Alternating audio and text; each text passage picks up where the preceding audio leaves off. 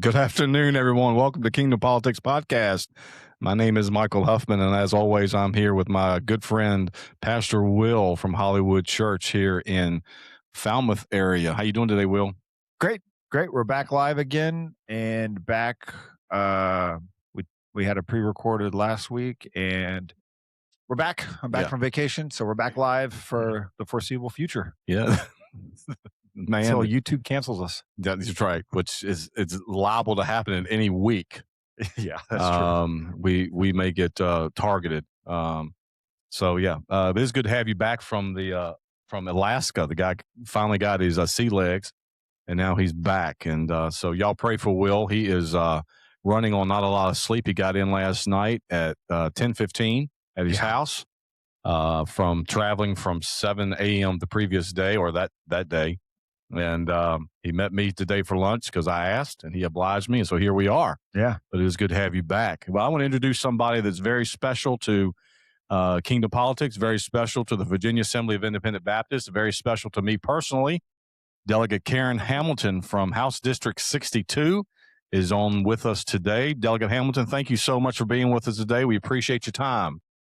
It's good to be with you. Thanks for having me on. Yeah, Delegate Hamilton is one of the fierce fighters in the Richmond General Assembly. She's one of the few people actually on the right that I can go to for help and encouragement, and always know that her answers are from the Bible, the Word of God, the Spirit of God, because she is herself a born-again believer. She and her husband Cameron, he is the administrator of FEMA, and so we're very honored to know both of them. And so she is a patriot, a gun owner, and a cowboy boot wearing cowgirl. That's right. She showed a picture of when she packed for the Capitol, and right on top of her cowboy boots, right on top of on top of the luggage. Well, Delegate, we know that your time is precious, and again, thank you for being here. Will and I have got some things that we're going to talk. We want to talk about. We want to first of all talk about the budget. Yeah. And I know a lot of people in the Commonwealth, because the thing about the budgets are most Virginians have absolutely no idea what's in the budget. They have absolutely no idea.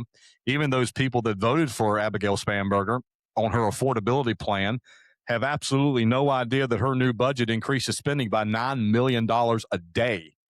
Mm-hmm. $9 million a day. And so the surplus that we were left by Governor Glenn Youngkin is quickly dwindling away because of the new affordability plan of Abigail Spanberger. But not only that, but most Virginians do not have an idea of what is in the Virginia budget. So can you give us an idea of what was in the budget that troubled you? Of course, we understand a few things, but give our listeners, our viewers, an overview, if you would, of the things in the budget that were most troubling for you. Sure. Well, we voted on the budget about a week and a half ago. And for those who don't know, in Virginia, you basically just get a yes or no vote on the budget. So, you may like a couple of things in the budget. In this budget in particular, we had a few good things, some teacher raises, we had law enforcement raises, corrections officer raises. So some of those things were good. However, we had other troubling things. We had increased spending for basically it will end up going to Planned Parenthood to cover kind of the contraception legislation that went through. We had we had the increase $15 million, I think, for the Attorney General's office to basically strip away our gun rights, and we're seeing that play out in the courts right now. We had let's see, where's my list of a few things that they, we didn't see what we wanted to with the data centers. They attempted to kind of put a Band-Aid on the data center drama. Louise Lucas was wanting to cut the data center sales tax and kind of hold them accountable. Abigail Spanberger and Luke Torian, the chairman of the Appropriations Committee in the House, said that no, we need to keep our promises to data centers, but they ended up saying that we'll slap on a consumption tax, which is basically just kind of a 2-year Band-Aid for the electricity consumption. To me, that's not a long-term solution to that problem. Um, so yeah, there were several issues that were problematic for me. We see Governor Youngkin left the surplus, and yet it still wasn't enough.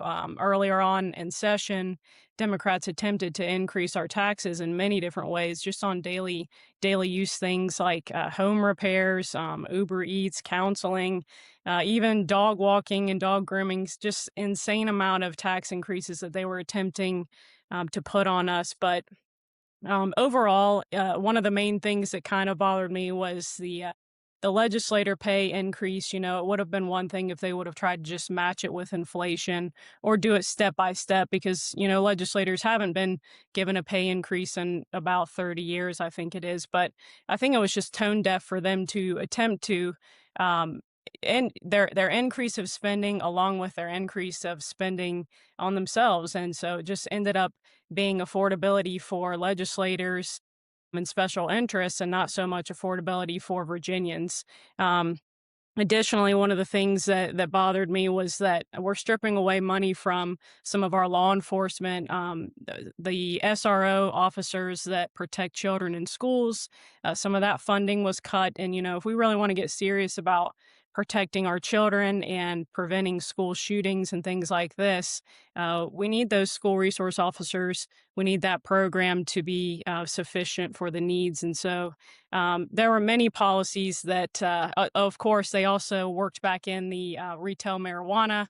I took issue with My that. favorite.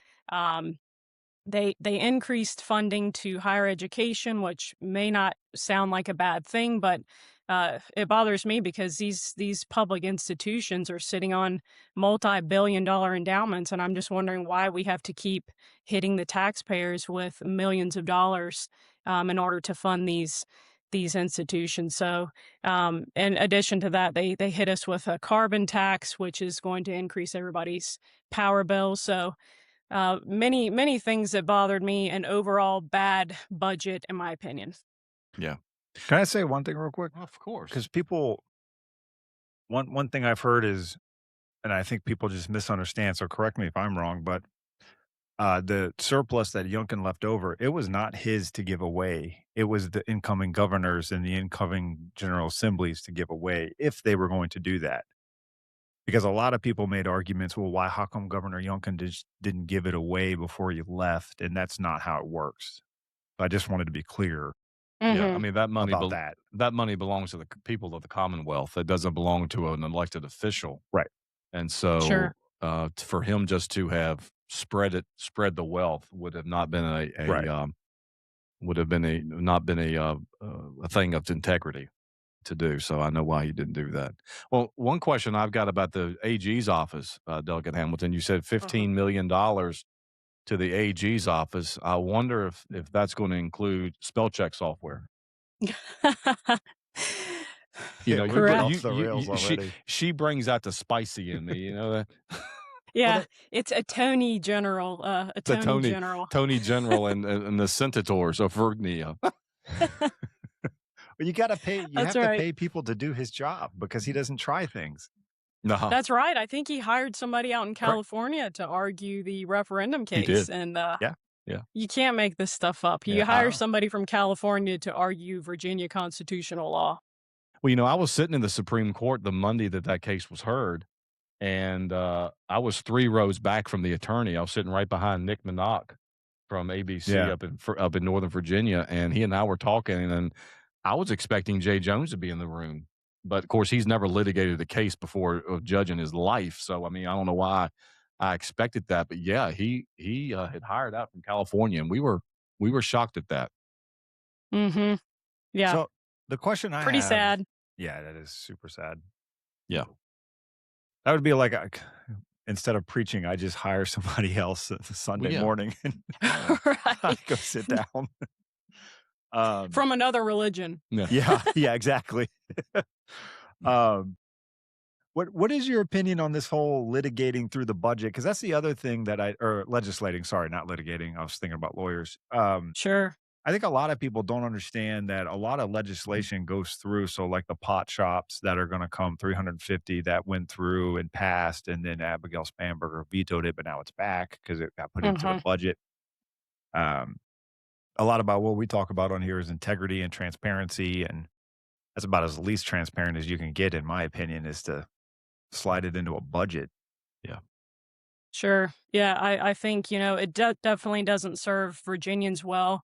We're supposed to be arguing these things through the course of several votes through the House and the Senate, and scrutinizing them. And I think you just kind of short circuit that, and it magically appears. And so, we've seen Governor Spanberger contradict herself. She said that she didn't want to legislate through the budget. She saw that this was probably going to take place, and that was one of her, I think, pushbacks against Senator Louise Lucas, is that she didn't want to do that, and then there she was doing it. The same thing with the redistricting. She said she didn't support that, and then lo and behold, yes, she did. So I'm not sure who's exactly calling the shots, but it doesn't necessarily seem like she is.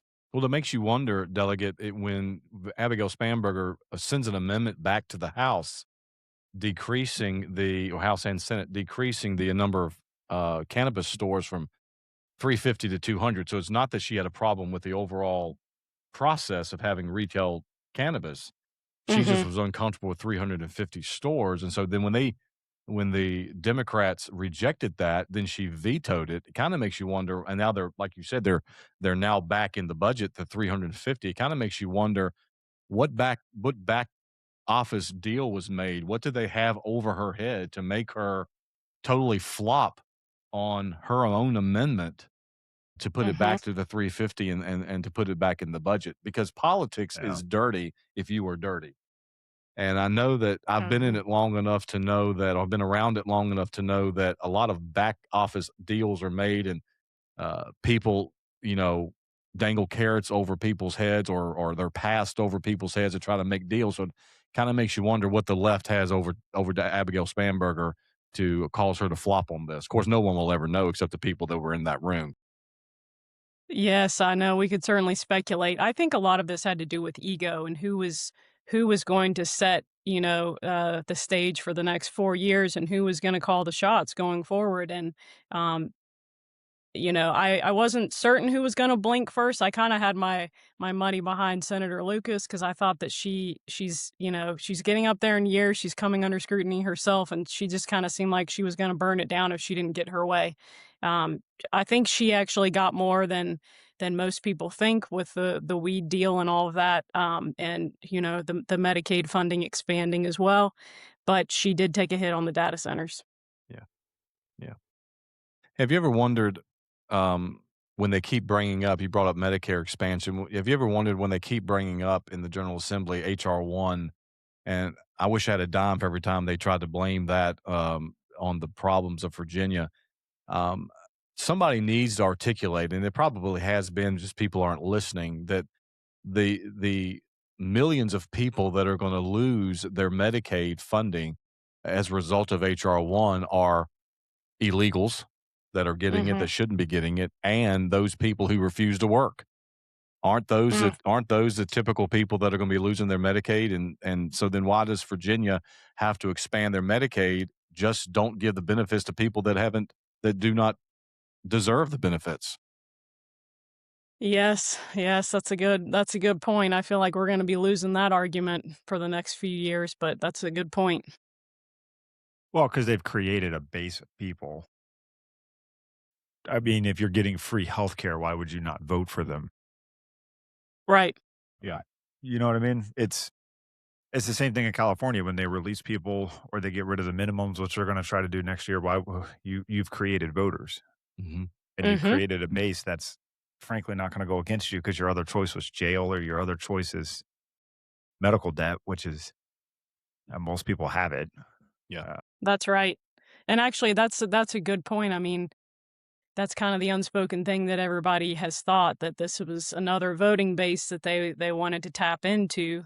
Um, but I haven't actually looked into the numbers of what that would mean for Virginia statewide, when that if that goes into effect. God forbid these amendments pass, but if that goes into effect, how many numbers are we talking about? Yeah. Yeah, well, you could dive into look at the amount of Medicaid Fairfax County gets every year. It's Hmm. hundreds of millions of dollars every year in Fairfax County. And Fairfax County is one of the few counties in the Commonwealth that is losing taxpayers but gaining population. That's wild. I mean, I would like to That's see that's true. I would like to see a Medicaid audit, because we're spending such a significant portion of our budget on this, and we don't exactly know. We're seeing in other states just how widespread the fraud is, and I would like to see just how much of it is being wasted in Virginia. Because when it comes down to it, these arguments that we wrestle with in the budget, it comes down to honoring and stewarding the money that Yeah. taxpayers give us. And when we're failing to do that or failing to govern. Because the federal government is not going to fund Medicaid if there's a certain percentage of error rate. Hmm. I think if it's over 3% error rate, the federal government starts backing off on what they allow. And I think the last time I looked it up in the last meeting I was in, I think Virginia's error rate is at 11%.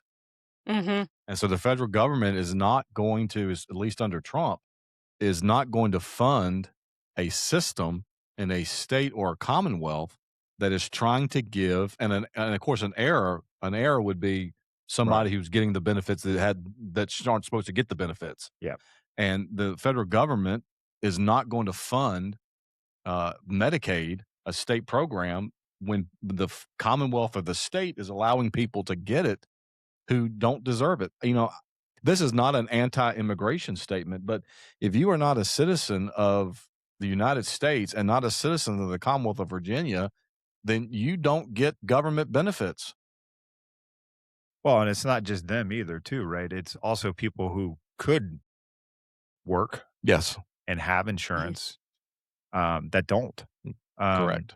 I've talked to people that are a couple generations in on the whole, welfare and things we put in place in the 70s, and don't talk to the first generation, talk to like the third or fourth generation that we're on now, and they have no ambition. They don't desire to go far in life. They don't have desire for goals. Why would Right. they? Everything's given to Mhm. them. Yeah. It's Mhm. really sad. Yeah. It is It's sad, and honestly, this legalization of the weed is going to make things so much worse because it just steals young people's ambition, absolutely. and we're kind of losing that self motivation in our culture that wanted to strive to constantly improve and be independent, and it's a sad thing to see. And if we lose that, we will lose our nation. Yeah. Yeah, because I mean, like we were talking at lunch, like think about the freedoms that the progressives are offering. They're offering you to get high whenever you want. That's Hmm. that's not freedom. No. And kill and be sexually very promiscuous, and Yeah. then kill your baby, and just the list goes on and on. Yeah, no responsibilities, um and really just increasing shame, honestly, for our young people, because I think they don't feel good about themselves at the end of the day. Yeah. No, because the young people now, I forget the stat now. It's something like 65% of teenagers are on some sort of pill. Mm-hmm. There's Mm-hmm. no way that amount of teenagers need to. There'll always be some on pills, but Yeah. I mean, those are like your invincible years. Like you can run through brick walls. Right. But That's they're why I have they're bad knees now. depressed. Mm-hmm. Yeah, Yeah, they're depressed, they're anxious, they're more medicated than ever. yeah. The suicide rates are up, and they're confused about their gender. There's so many sad, statistics we could pull on for the youth right now. So Yeah. And our answer was to 350 weed shops will make it better. That'll make it better. yeah, Well, Yep. like you and I were talking before, the Commonwealth saw a money avenue that they were missing. Hey, man, we've already made marijuana illegal. Now we need to or legal. So now we need to make some money. So, Delegate Hamilton, correct me if I'm wrong, but by the time you add the cannabis committees or commissions tax, which is maxes out at I think 11%, and then you add in the local sales tax, Mm-hmm. I think that you're looking at a sales tax of about 16.5% per Mm-hmm. transaction on cannabis sales.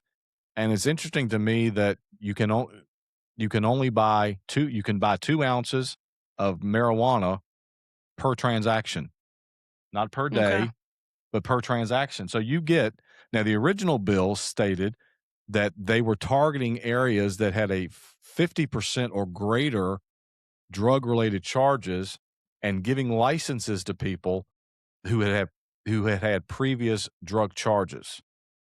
Now that's what Hmm. the original bill said in 25. I'm assuming because I did it, is that what the bill version in 26 said as well? I would have to go back and look at it. To tell you the truth, I don't recall the specifics of that Okay, that legislation. was It was just. unless Paul Krizik changed it dramatically. Hmm. Delegate Sherry and I were looking at that bill in his office one day, and we both discovered those 2 clauses in the 2025 version.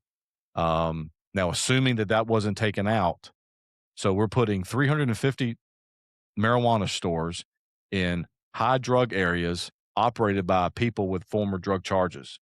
Well, yeah, Hmm. you're not going to put them in What places where could go people are wrong? sober. Yeah, what could go wrong with that? And you can buy 2 ounces per transaction. Boy, I can see the boys lining up with a week's stash of marijuana. We'll just do that in 5 transactions. And because Right. that's what the law will allow. There was a place in Oregon, I forget the name of the town, but they basically legalized all drugs. I'm talking about like heroin and stuff. And Hmm. it went so poorly that it only lasted a year, if that. And they had to bring back not just the drug laws, but stricter drug laws to fix Hmm. all of the crime that just exploded in that area. These soft on crime, it just never works. It's never the answer. The answer is not get higher and legalize being high. That's not going to help anyone. Yeah. It's not going to help people dealing drugs. It's not going to help people get out of that lifestyle. It's going to help some people line their pockets with other people's misery. Yeah.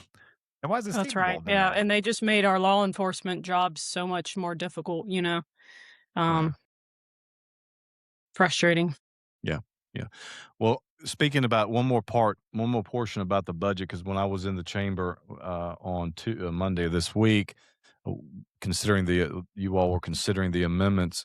Tell us about the amendment on HB 1524 to put off the enactment for another year. That was, of course, Delegate McGuire's bill to basically disallow anybody to carry a gun, quote, anywhere in public, end quote.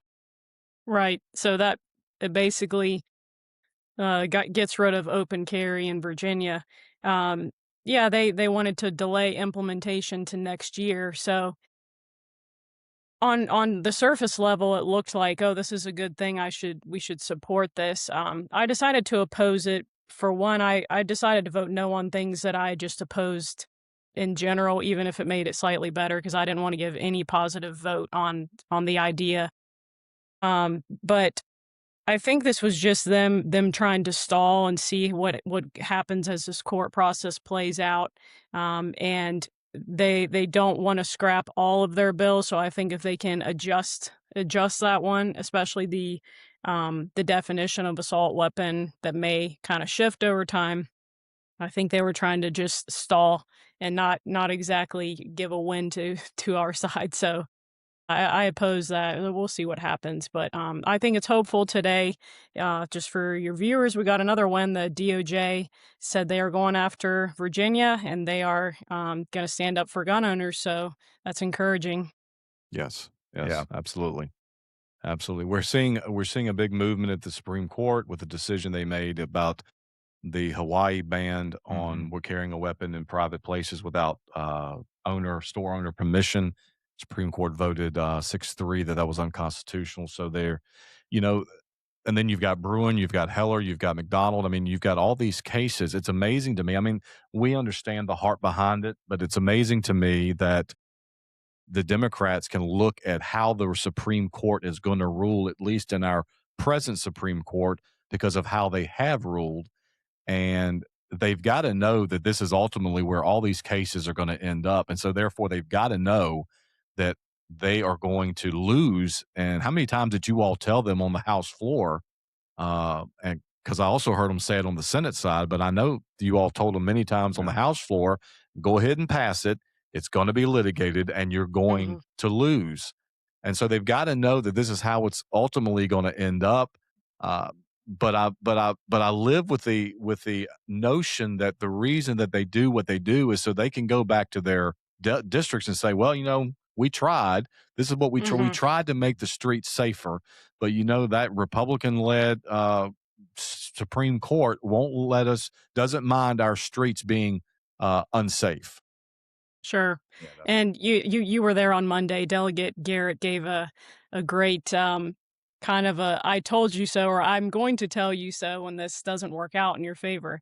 And yes, the writing is kind of all over the wall. People have been nervous that the Supreme Court wasn't going to take up the case, but I think all signs are showing that they are willing to look at some of these gun cases. So I'm hopeful we're going to get a win in the end. It's a shame that, they're using taxpayer money by the millions to try to strip us of our constitutional rights. And but at the end of the day, if this ends up creating a constitution, Supreme Court ruling that protects states across the nation, this is going to be for the better. So we'll see how it plays out. In the meantime, people are not able to buy weapons as freely as they used to be, as of today. So even with the injunctions in place, my understanding is that that's not preventing, it's not allowing the gun stores to actually bring in weapons. They're just the BSP cannot actually go after people, but it doesn't change anything as far as the sale.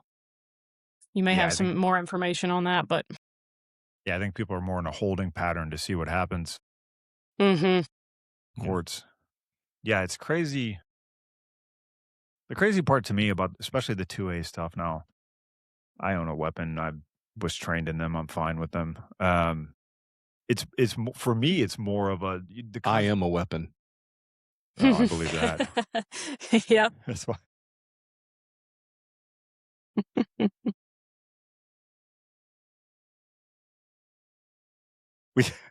Hear me roar. Here I come. You know what? It's really. Delegate Hamilton might relate to this. I would be really fast. We were fishing in Canada the other day, and we caught a poacher. And so the boat captain had to go do his thing. And I can't turn off the security-minded stuff in my head. So I had no idea who this was that we were rolling up on. And so I'm ready to go. I was ready to board a boat. And That's funny. The captain turned around. Pastor Will went all the way to Alaska to overtake a fishing boat, a John boat. It was a John boat and some old guy poaching. He beat up some 90-year-old poacher in a Johnny boat with a 15 horsepower motor. He could paddle faster. Oh, that's funny. Man, the captain turned to me and I was like, don't worry, I was ready. And he just looked at me like I was crazy. He's like, ready for what? Yeah, he was. Will says, I was ready, man. Let's go. He was this really nice Canadian guy just taking his fish. And I'm That's ready funny. to roll. Wow. Hey, you can never be sure. You'd have told exactly. me, if you'd have told me that at lunch, I'd have spit my chalupa across the store. Oh, man. Our Canadian friends are much nicer. Yes, they are. He just taking pictures. Well, I wanted to ask you, Delegate, about the Supreme Court decision yesterday, not allowing transgender, what the ramifications of their 6-3 decision. Of course, the usual suspects were the dissenters, Kagan and Sotomayor, and the Biden appointee, Jackson. And what do you think the ramifications are? I'm not really certain.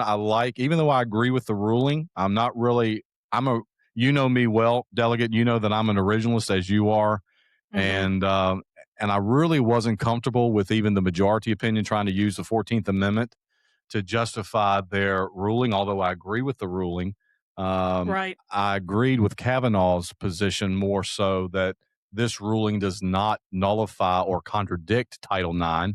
Now, it's important for our listeners, our viewers, to know that Title IX is not part of the Constitution. It is part of the federal statute under education, and it does not allow for discrimination in education on the basis of sex. Now, it's Hmm. important for our viewers also to know, and this was Kavanaugh's position, that deals with biology, not identity, which is why their ruling does not contradict Title IX. So while I was uncomfortable with them stretching to the limits of what I believe the founding fathers originally intended the 14th Amendment to say, I did Hmm. appreciate what Kavanaugh said about about Title IX and the clarification there. What do you think could be the ramifications, if any, in the Commonwealth of Virginia? Because we have seen legislation killed time and time again in the General Assembly, not allowing boys and girls sports. I Hmm. know that Senator Mulcahy has brought a bill a couple of times, and it has been PDI'd both times. And so there were a couple of legislators that brought this past session. So what do you think the ramifications of this decision could be for the Commonwealth of Virginia? Sure. I was just talking to a school board member yesterday about this issue, and she had said that the Virginia High School League, I guess, it's a state board that gives policy, but it's not exactly enforced, and so certain districts handle it differently, and so I would be, I'm hopeful that now that we have something to stand on from the Supreme Court, that we're going to be able to get some actual legislation passed on this protecting girls. Um, However, I could also see the Democrat-led General Assembly saying, "Well, we already have this policy, in Virginia, and we know we don't need any additional protections." Because they love to say that to us on positions we want to strengthen. However, they use it all the time for us. We've seen it time and time again with whether it's reproductive health care stuff or some of their top issues that they constantly want to take into higher and higher levels of enforcement and put into our Constitution even. So we'll see what happens. I would like to see somebody bring that legislation forward again, I believe. Um, who carried it most recently? Was it Delegate Oates or was Delegate it Oates Delegate carried one Griffin? on Delegate Oates carried it on the House side, and I believe uh, Senator Peake carried some version of it, and I think Senator Mulcahy carried a different. They were separate bills, but not dissimilar. Not, I take that back. It was Senator Durant that carried it last year. That it wasn't wasn't the same as Senator Peake, but wasn't dissimilar. I think they had a couple of different focuses, but it was the same result. But yeah, I Okay. think it was Delegate Oates on the House side that carried it, and Hmm. of course, all three were PDI'd immediately. Of course. Of course. So I'm sure, we've got good reason to bring that back. Nobody carried it this year. I had thought about carrying it, but figured it was going to get struck down. And I had already stacked myself too high, so I decided not to carry it. But I'm sure somebody will. If Dolores doesn't want to, if Delegate Oates doesn't want to, I will. Very good, very good. It kind of amazes me. So a year ago, the Supreme Court had to rule. So not that far from where you and I are at right now, about an hour and 10 minutes up the road in Montgomery County, they were not letting parents opt their kids out of LGBTQ. What I don't know the acronym anymore. You know what I mean? Hmm. Um, literature. They were You reading don't it know to. the 20 other letters that are in that? No, I honestly, Come on, man. If you're gonna come on this show, you gotta be prepared. I don't know. LGBTQIA element of Z. Yeah, There really, you that's go. about it. So they weren't letting parents opt out Talking of about a that. word salad Yeah, it's too much. Just pick 4. or go away. Yeah. So then I had to go all the way to the Supreme Court, and the Supreme Court ruled, of course, that parents can opt out. Waste of money, waste of time. Um, and now we're doing it again a year later. I believe it was Idaho and West Virginia, if I'm not mistaken, were the 2 cases they used for this one. Uh, I these are the types of things that people need to take to Republicans and their bases and kind of wave the warning flag or whatever. This is common sense stuff. This is Hmm. not complicated. And the Supreme Court, the highest court in the land, has to take time out of their schedule to protect women in sports. That's how far we've gone. Hmm. Yeah. They don't have better things to like. That's a common like just the dads should be like, no, we're done with this. And you know what I mean? Like Yeah. this is a Yes. citizen thing, not a Supreme Court thing, is what I'm trying to say. I 100% agree. And I was at this women's prayer group yesterday, and these are women that are, pretty informed and just concerned with what we're seeing in the nation in many areas. And we were talking about how to solve some of these problems. And I said, we cannot wait for the highest levels in government to do something. We cannot wait for the Republican Party. It's only going to change when individuals stand up and are willing to risk something, honestly, because a lot of parents they feel like it may be wrong for their child to participate in this sport when there's a boy, but they don't want their child to miss out on playing. So it's like, unless we are willing to personally sacrifice, unless people are willing to um, get criticized for it. And, years ago, we saw during COVID, people risk losing their job in order to stand up against a vaccine mandate when they felt morally opposed to that. But very few, there's a very small amount of people that are actually willing to personally sacrifice. And until we get to a point where that's more of a norm, I don't think we're going to see much change on anything, because the government is very slow, if ever, to do the right thing. So yeah, totally agree. Yeah, and this is where Christians are way off base. I mean, they call Jesus a glutton and a drunkard. Mm-hmm. And we don't think we're going to get called names. Mm-hmm. Yeah. Like our Lord and Savior is accused of being drunk and fat, basically. But for us, though, no, we can't. You have to point out when something's wrong, particularly for kids and women. And it's always kids and women that are the victims of these things. There's Mm-hmm. no one going into a male sport and dominating. That's not Right. a male. There's no woman going into men's boxing and crushing them. No, it's not happening. Is LeBron going to the WNBA? He's a free agent right now. Hey. No, he's not. Yeah. He's not.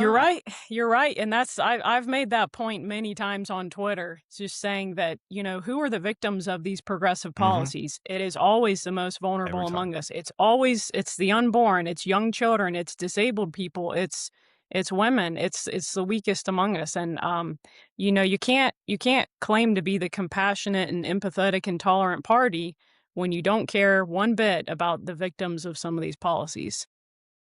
No, and I was an athlete in college, and an athlete for a long time, and I knew a lot of women athletes, NCAA athletes, Division I athletes, and those women worked hard. Like it's harder than people think. Mm-hmm. With school and yeah, all the expectations and being at that level, and it's incredibly difficult. And you work your entire life to get there, and then to have someone walk in and just yank it from you, Mm-hmm. that doesn't need to be there is that alone is really upsetting to me, just because I saw how hard they worked Right. firsthand. And that's not even getting into the safety issues, just the amount of time and effort that you put in, and especially to get to Division I college athletes, like it's like your whole life, depending Mm-hmm. on what level of Division I, but any Division I school is hard. Mm-hmm. And then you get to the higher ones. I've heard Riley Gaines speak a few times, and Mhm. I've heard her tell her entire story about what it was like with I don't know his name. It was Leah Thomas. I don't know Yes. what his actual name Yeah, I is. was trying to think of his actual name. To be in the locker room and what they told those girls, it was so upsetting. And where's the church on this one? Yeah. That's right. Quiet as crickets. Mm-hmm. And Oh, on man. Yes.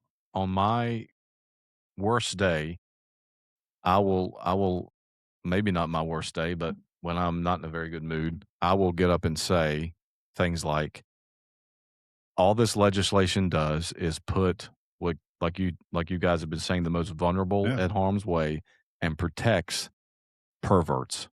Mm-hmm. Because at the end of the day, a man who wants access to a woman's locker room is a pervert. Mm-hmm. A man who wants access to a woman's bathroom is a pervert, more so than Mm-hmm. not.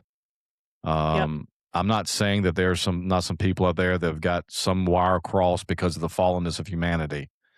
Mm-hmm.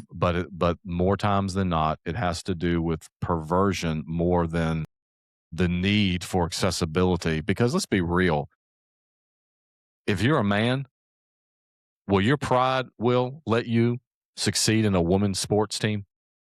No. Yeah, I beat up a girl in wrestling. No, what's Right. worse is when the girl beats you up. Yeah. And I've seen that happen too. I've seen that happen too. I mean, there's some girls I wouldn't mess with. Well, in middle school, before the testosterone fully kicks in for the guys, their girls are still kind of holding their own in wrestling. Yeah. But then in high school, I mean, there's no way you would want girls and boys in high school to be wrestling against one another. So it's just biological, you know, too different at that time. Yeah. It just amazes me that we have to have these conversations. I mean, I'm only 43. I'm not that old. And What are you saying about us that aren't? there's not, I don't know what happened in the 30s, but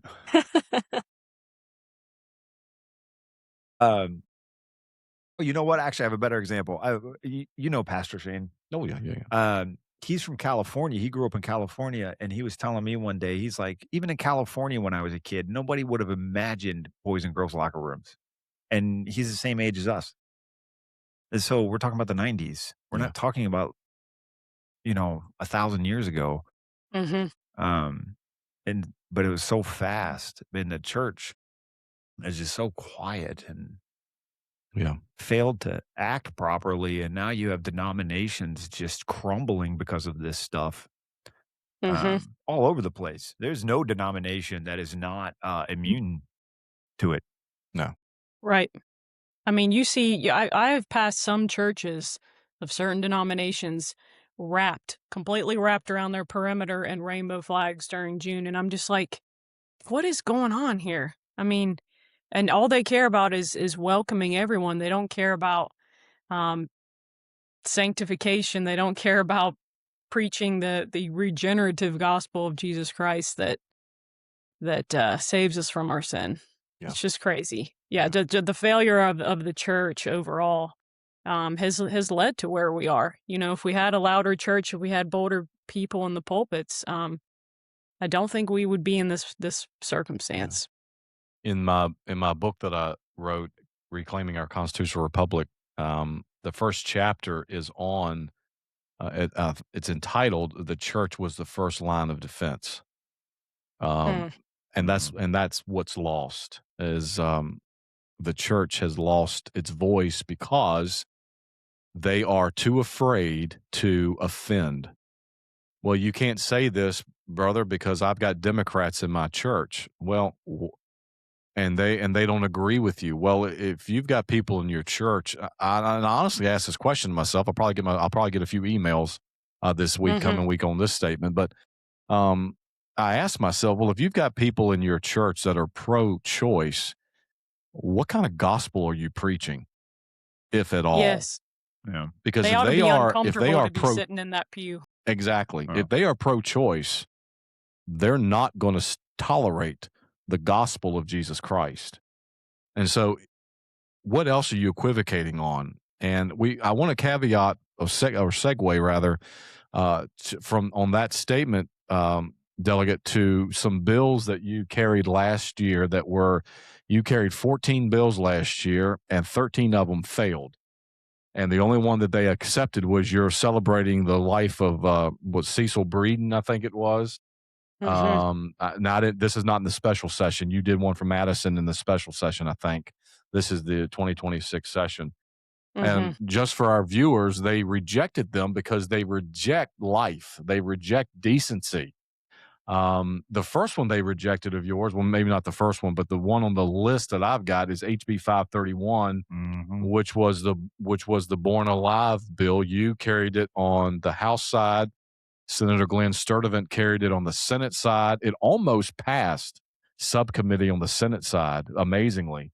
In fact, Really? yeah, because I mean, the chairman of that committee, I can't remember who it is, had to leave and left Pekarsky in charge. That was a dangerous thing to do. Leave Stella Pekarsky in charge of anything, much less a yeah. subcommittee. Left her in charge of a subcommittee, and Senator Lamont Bagby was on this committee and everything like that. So it was the first time I ever had to give a testimony sitting down and not standing in a lectern. So that was real odd. But they almost didn't get enough votes for it to die. And I remember Stella, Senator Pekarsky, frantically saying, well, does somebody else want to make another motion? And then somebody finally made a motion to PDI it because the motion was to accept it. And then nobody else was saying anything. And you saw her get real frantic. And it's like, oh, man, I was left in charge. If I blow this, they'll never let me carry anything else. Wow. But it was killed pretty quickly. I was with you in the House and with the Born Alive bill. And a lot of times what I hear, I just kind of want to make this real quick. A lot of times what I hear is that people will say that the founding fathers did not have anything to say about abortion. Well, that's not true, because James Wilson, who was a founding father, he was a signer of the Constitution. He was a member of he was appointed to the Supreme Court by President Washington. He made the statement that at the moment of quickening, that baby is entitled to protection under the law. And what was his idea? Of course, you and I understand the Old English word quickening means to be made alive, Ephesians 2:1, to make alive. But his point was, as soon as that woman knows that she is pregnant, or as soon as there is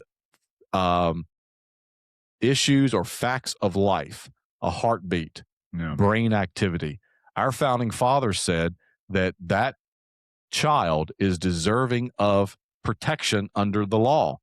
And of course, they didn't have the biology or the medical science that we do now. We now know. Then for those guys, it was 16 weeks, but now we know that we can detect a heartbeat at 21 days. That's 3 weeks. We can detect brain activity, and so James Wilson would have said that child deserves protection at 3 weeks, because that's when quickening happens. Now, you and I understand quickening happens at the moment of fertilization, at the moment of conception.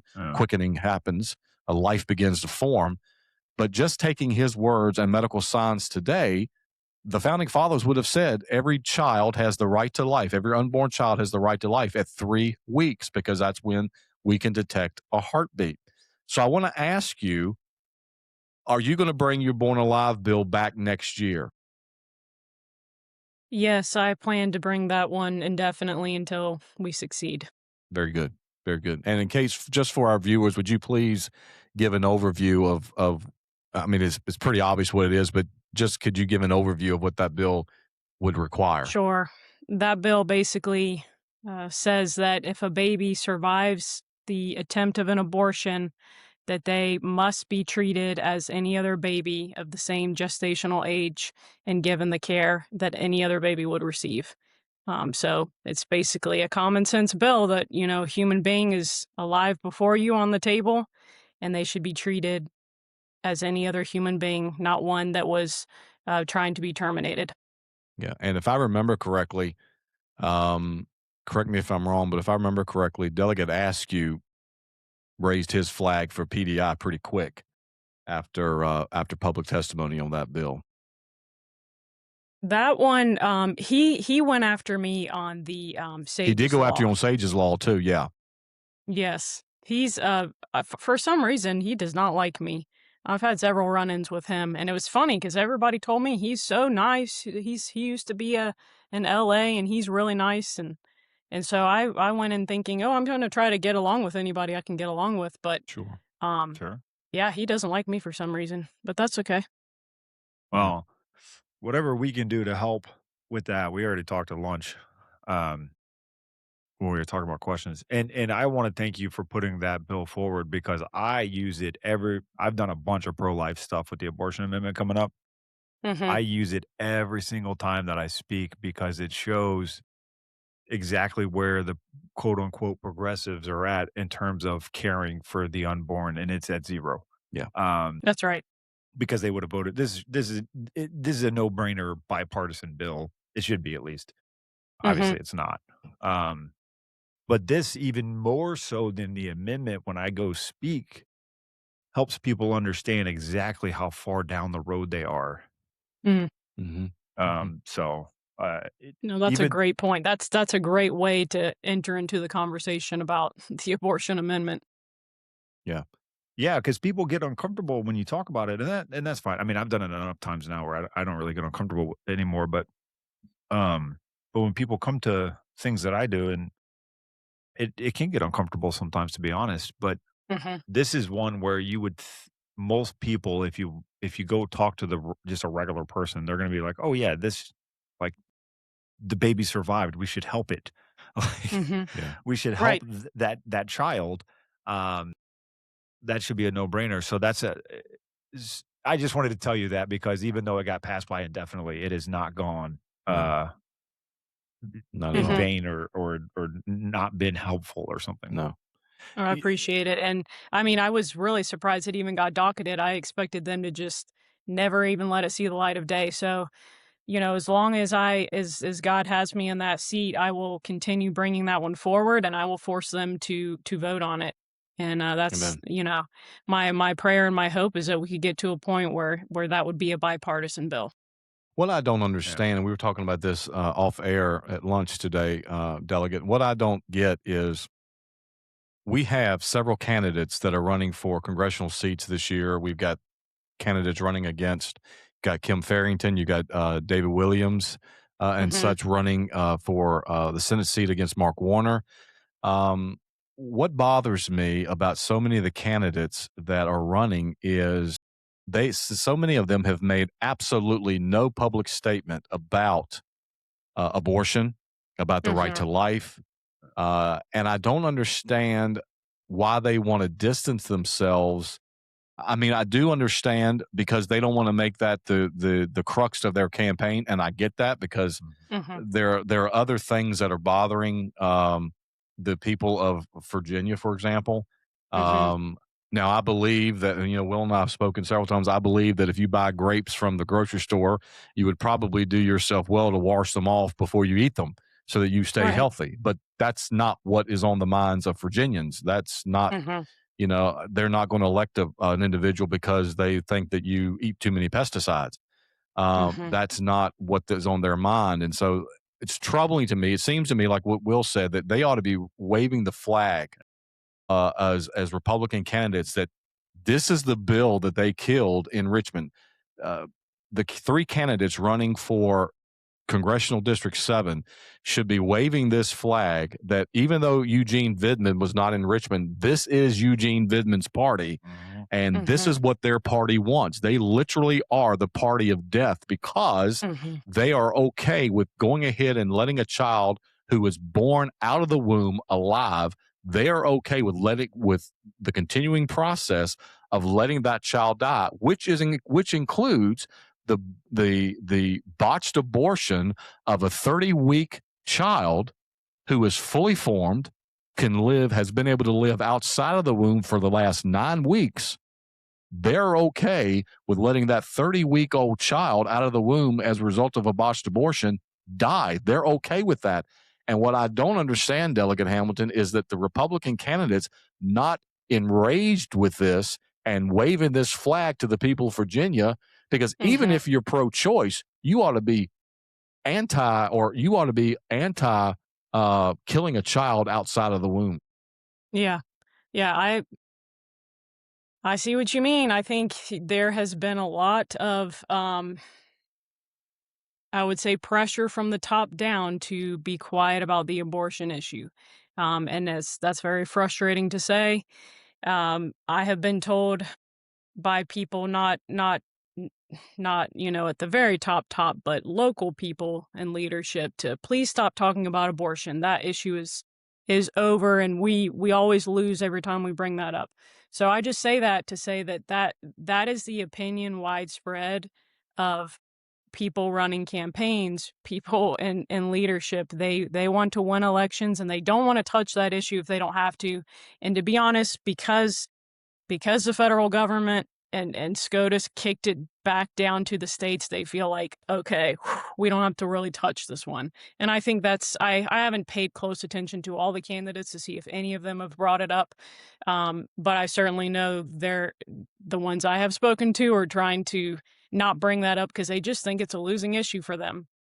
And they feel like it's one that they don't really have to talk about because the states are going to handle it.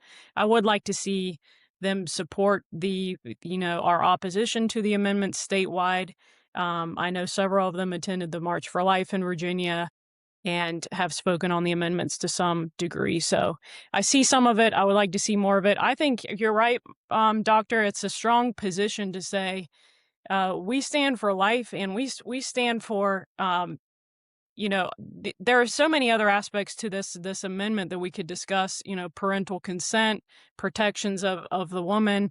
I feel like no matter what district you're in Virginia, and there are some difficult ones, you could frame opposition for this amendment in a way that is palatable, and even pro-choice people are saying, yes, this is too extreme. Yeah, I believe that you But could. I see a reluctance from the Republican Party in general to want to take it to our opposition on these amendments, and I'm extremely frustrated. I'm hoping the churches are gonna pick up the slack. Well, and that's why we started this whole thing, is because exactly like you're talking about, it should be us Christians leading the charge, like you as a delegate. And I know it's just two of us right now, but I mean, there's more than two of us, but you should feel confident, not because of whatever the Republicans say, but that you could stand on life, and there's a whole bunch of people behind you supporting you in that. And Hmm. when candidates don't want to speak on it, it should be the Christians who go, well, wait a second, if you're not going to speak on life, what else are Hmm. you not going to speak on then? Hmm. Like, Hmm. I get that they kicked it to the states. I totally understand Mhm, that. But mhm. if you're not willing to speak on life, then when you get to DC, what are you also going to be quiet about? Yeah, Hmm. Um, and Christians, I say it every episode, for Christians have got to come together and support people that are yeah, going to Richmond or going to DC, that are doing things like you're doing, um, and encouraging you, because eh, people have to wake up. And it's right now, it's the unborn. I don't even like calling it that, as babies. Hmm. Right now it's babies, but that's not where it stops. Hmm. right. It's just not. Look through history.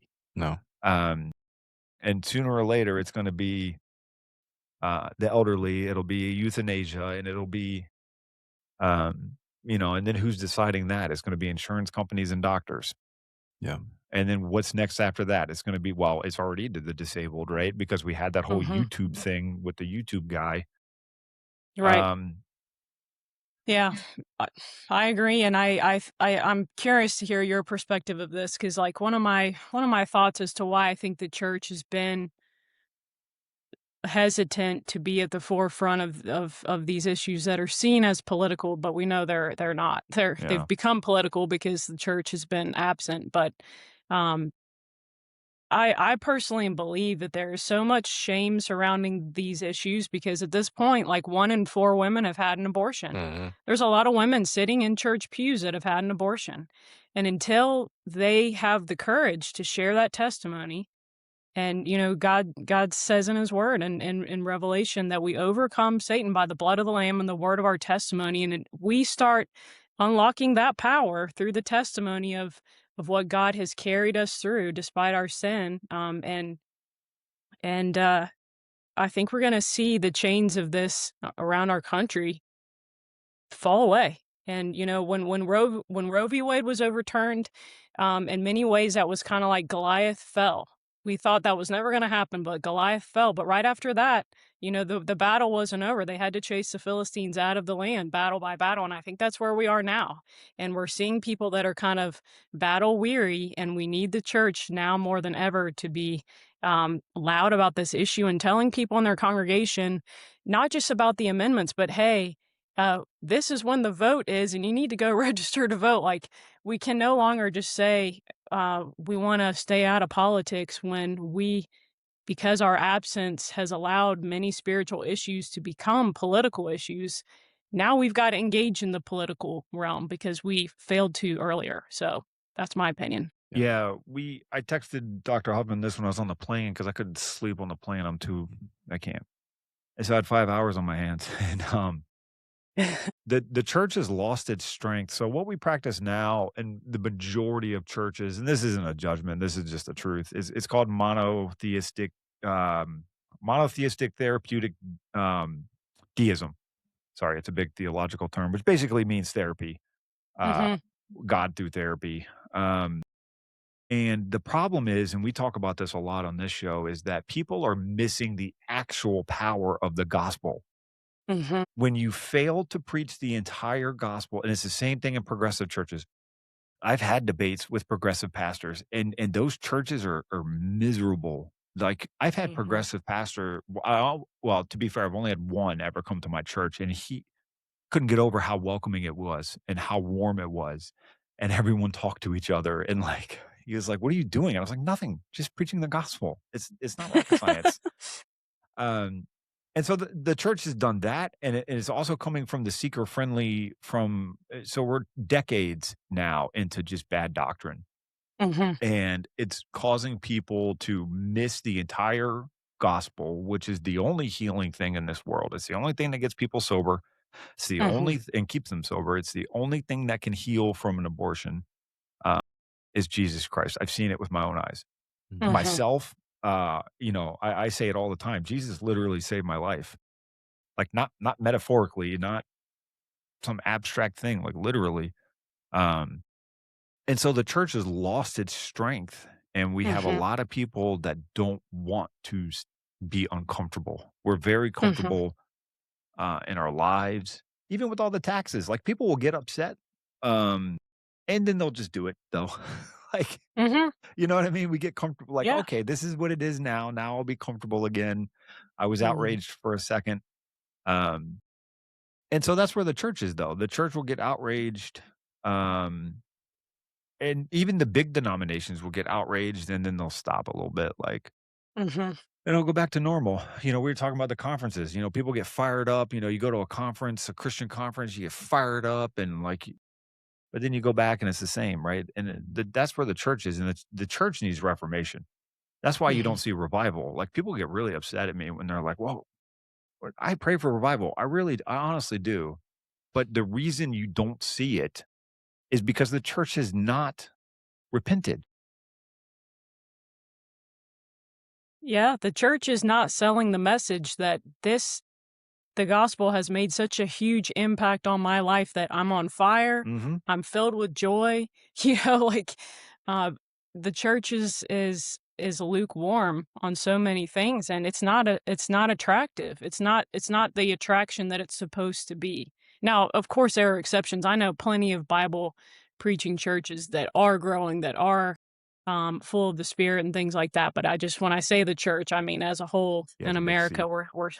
we're seeing um, lots of false teaching and things like this. I mean, it's nothing that God didn't warn us about, but it's one thing to read it, and it's another thing to start to see it happen, and it's painful.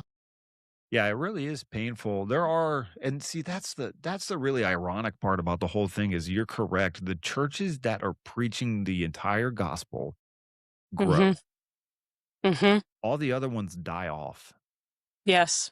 Yes. every single time, whether it's Hmm. money or whether it's attendance or there's a number of different factors, but the ones that preach the gospel, they add people because especially now, people want truth, like Hmm. bedrock Mm. truth. And there is only one truth that has survived every single empire that this world has ever seen, and that is the Bible. Mhm. That's it. Hmm. The one. It Yep. will survive America. It will survive the progressives. That's It, right. it is always the same, and it never goes away. And that's where. Oh wait, I do want to ask one quick question. So one thing I get a lot when I go speak or at church, is people will come to me and they will hear the two of us, and they'll say, "Will, I get it. I understand what you're talking about. We need to get engaged. We need to do this. But then they do have a valid point, and here's their point. Why do I want to vote for the Republicans though? I Mhm. don't feel comfortable doing that though. And Mhm. that has always been it's a valid point. And that's part of why we're trying to get Christians together to be more of a voice. But I wanted to get your thoughts on that, just that one, because I Mhm. get asked that all the I time. mean, I think it's like it's one of Satan's best tricks is to kind of make us apathetic or make, good the enemy or perfect the enemy of good sort of thing. I mean, seriously speaking, we really only have two options. Of course, you could vote third party, but unless we see an actual viable third party emerge, which we never have, you're voting for the lesser of two evils, and that will always be the case as long as we're on this fallen earth. So I think it's just become more and more clear, like what you said when you're talking about the abortion amendment and you'd use the Born Alive Act to illustrate just where they are on that issue. I mean, you could do that for many other issues, Mhm. and that's kind of the argument is that yes, Republicans are far from perfect, and I feel like I'm kind of on that far right extreme of trying to pull our party back into conservatism in some regards because we keep on trying to shy away from social conservatism and even fiscal conservatism. I mean, this budget, back to the budget, this was an expansion of government, a huge expansion of government, and we still couldn't get all on the same page with that and oppose it. So, um, it's a battle within our party to kind of shape what the future of it will be, but I can guarantee you, will mostly guarantee you that it will be closer to what God would desire than what the Democrats are doing. So That was man, I like the apathy part. Yeah. That was good. Yeah. I'm going to use that if you don't mind. No, go for it. That was really good. Yeah, isn't it wild that the three of us are considered far right? Yeah, I mean, I'm not so far right that I'm anti-Semitic. I guess that's like the new latest thing or whatever. But I Oh mean, my it's gosh, just I had to have a young person very explain it to me before I went on vacation. They call it black pill. Yeah. Oh my gosh, those yeah. people are mad. I mean, Well, whew, yeah. They need to read their Bible and listen to a little bit less podcast, even though we're on a yes, ma'am. podcast. This one's Except Kingdom Politics. yeah, That's this one's good. right. Yeah. Uh, Yeah, that's a concerning issue. Maybe we could touch on that one another time. But I think I had told you this on the phone at some point, Dr. Huffman, that I am the most concerned about um, us becoming a nation that curses Israel. Yes. As Yeah. far as when I'm looking at a federal candidate, I ask that question because I do not want to become a nation that curses Israel. no, I'm with you on that, and yeah, that's probably a whole nother podcast episode. But Yeah. that's one thing that I did a lot of reading while I was on vacation because I love reading, and I didn't have the internet for 7 days. It was wonderful. Mhm. Well, And if the Republicans are not careful in the next 10 to 15 years, it's going to be the extremists that rise because they're going to be faster on the internet. They're going to know how to move quicker. We move too slow. Yes, yes, and they are selling um, propaganda that's very Mhm. interesting. Their ideas catch fire because they're so extreme, and people want to click and listen and things like that. So we're up against a battle for the minds of the next generation, and we've got to win it. Yeah.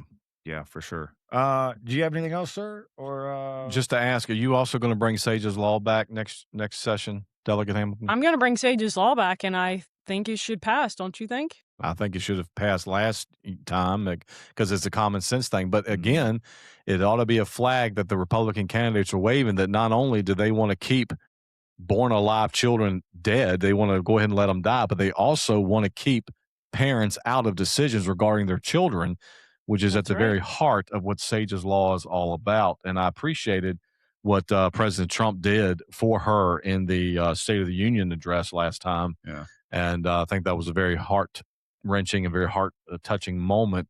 And my mind, of course, went back to your explanation of the bill in the House committee last year. And I think that should pass without any equivocation. But we also know at the same time that you're going up against a party of death. You're going against a party of unarming law-abiding citizens and letting criminals out of jail quicker.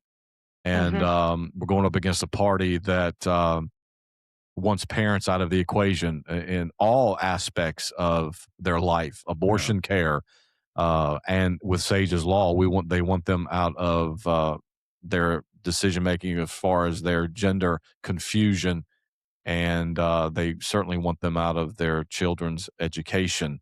And then, of course, there's Delegate Helmer's bill that was brought up that I debated him against in committee about the January 6th. And my point on that was, I don't care what side of the aisle you come down on. There's probably enough blame for everyone. But the question you have to ask is, Dr. Benjamin Rush, a signer of the Declaration of Independence and the father of the public schools in America, said that the public schools exist to teach children three things: love of family, love of country, and love of God. And he said, at what point the public schools cease to teach those three things, the public schools should cease to exist. And so I said, Delegate Helmer, how does this bill teach those children to love family, love country, and love God? And it doesn't. I don't care which side you come down on, whether it's a peaceful protest or an insurrection. It does not make our kids better citizens. It does not prepare them for life in a fallen world. It indoctrinates them with a particular mindset, whether it be, again, peaceful protest or insurrection. You are giving them a skewed indoctrination of society. So we all need to encourage the candidates running for federal seats to wave the flag of, not the white flag, but wave the flag of warning that this is what the party of death, this is what the Democrat Party wants. And again, the born alive thing for me is not about abortion. The child's born. Yep. Okay, the child's born. This is not about. I know that abortion. I know that the lawyers down at the Division of Legislative Services put on here abortion. I guess they just put it kind of under an umbrella. Right. I learned a lot in my first session, and one thing I learned was that, the way they title your bill, it basically labels it one way or the other of whether or not it's going to succeed or just have a chance at succeeding. And they labeled several of my bills in such a way as to just trigger instant opposition. So you see abortion and Karen Hamilton. We're going to say no to that. Yeah, that's right. That should outrage citizens, though, because you should read the whole bill and you should do research, and you shouldn't be going off of a title. Well, that's why they have to wave their flags, and that's why the Democrats have to wave their flags in the House session. I called, what's her name? Destiny LaVere Bowling, waving her green flag, telling everybody how to vote, or waving the red flag, telling them, "Oh, come on, do your own cotton picking research, guys. That's why you're sent down there, not to follow a flag." I mean, my goodness gracious! If you're a socialist, you just follow the flag, though. Yeah, there's no flags on our side because on our side, we have genuine disagreement on our side, and we're allowed to do that. I am thankful for that. So it's a good thing. Well, Delegate, thank you for being with us today. We've taken more of your time than we had anticipated, and I appreciate that. And you're certainly in our prayers, and we're certainly in your corner. And anything that we at Kingdom Politics or Virginia Assembly of Independent Baptists can do for you in your campaign and in your office, will be joining me this coming session or next session, some down the General Assembly. And so anything that we can do for you, please do not hesitate to reach out to us, and we will certainly be of much help as we can be. But thank you for being with us today. Well, I appreciate you having me on. I enjoyed the conversation. And as we're leading up to the months closer to November and this referendum, I might be in touch to see if we can get some speaking engagements, kind of get some help going into churches and explaining these amendments. My goal is to try to go into churches on Sunday or Wednesday nights or whenever they would allow me and give them a one-pager explaining the moral significance of these amendments and why the church must take a stand and how they can register to vote. So that's kind of my goal, and I would appreciate as much help on that as possible. So Absolutely. appreciate you guys having me on. You just give me a call, and I know I'll get you in my church, and so you give me a call, and we'll get you into other churches as well. Okay. Yeah, All we're right, doing great. the same thing. Actually, I can't announce the plan. Anyway, we got plans. We'll include you in those plans. We've already had meetings. Okay. We got Wonderful. big plans, Delegate Hamilton, and you're Yeah. going to be involved. You just don't know about it yet. Yeah, we already volunteered. Okay, voluntold you. Wait, before we go, is there anything you need to plug? We're getting good at this. Plugs. No, I mean, I'm on social media. I'm on Facebook, Instagram, and Twitter, although sometimes I'm a little intermittent. But yes, I'm in all those places speaking my mind. So give me a follow. Cool. Absolutely. And also HamiltonForVirginia.com, takes money to run for office, and I need to get it in gear with my fundraising. So any donations are also appreciated. Amen. But thanks for having me on. It's been an honor to be with you, and follow this video on YouTube. Hit the like and hit the subscribe. Give it a thumbs up. Show it to your friends and the family, and even people you don't like, people you want to get fired up. Show it to them as well. And you can email me at drmichael@thekingdompolitics.org and Pastor Will at thekingdompolitics.org. Also follow Virginia Assembly of Independent Baptists at VAIB Sutherland, Virginia on Facebook. You can find us on X, you can find us on Instagram, or you can find us on the World Wide Web at www.vaib.org. Man, that was good. And I didn't practice that either. It just rolled right off the tongue. Why don't you take us out with Spurgeon, some spiritual?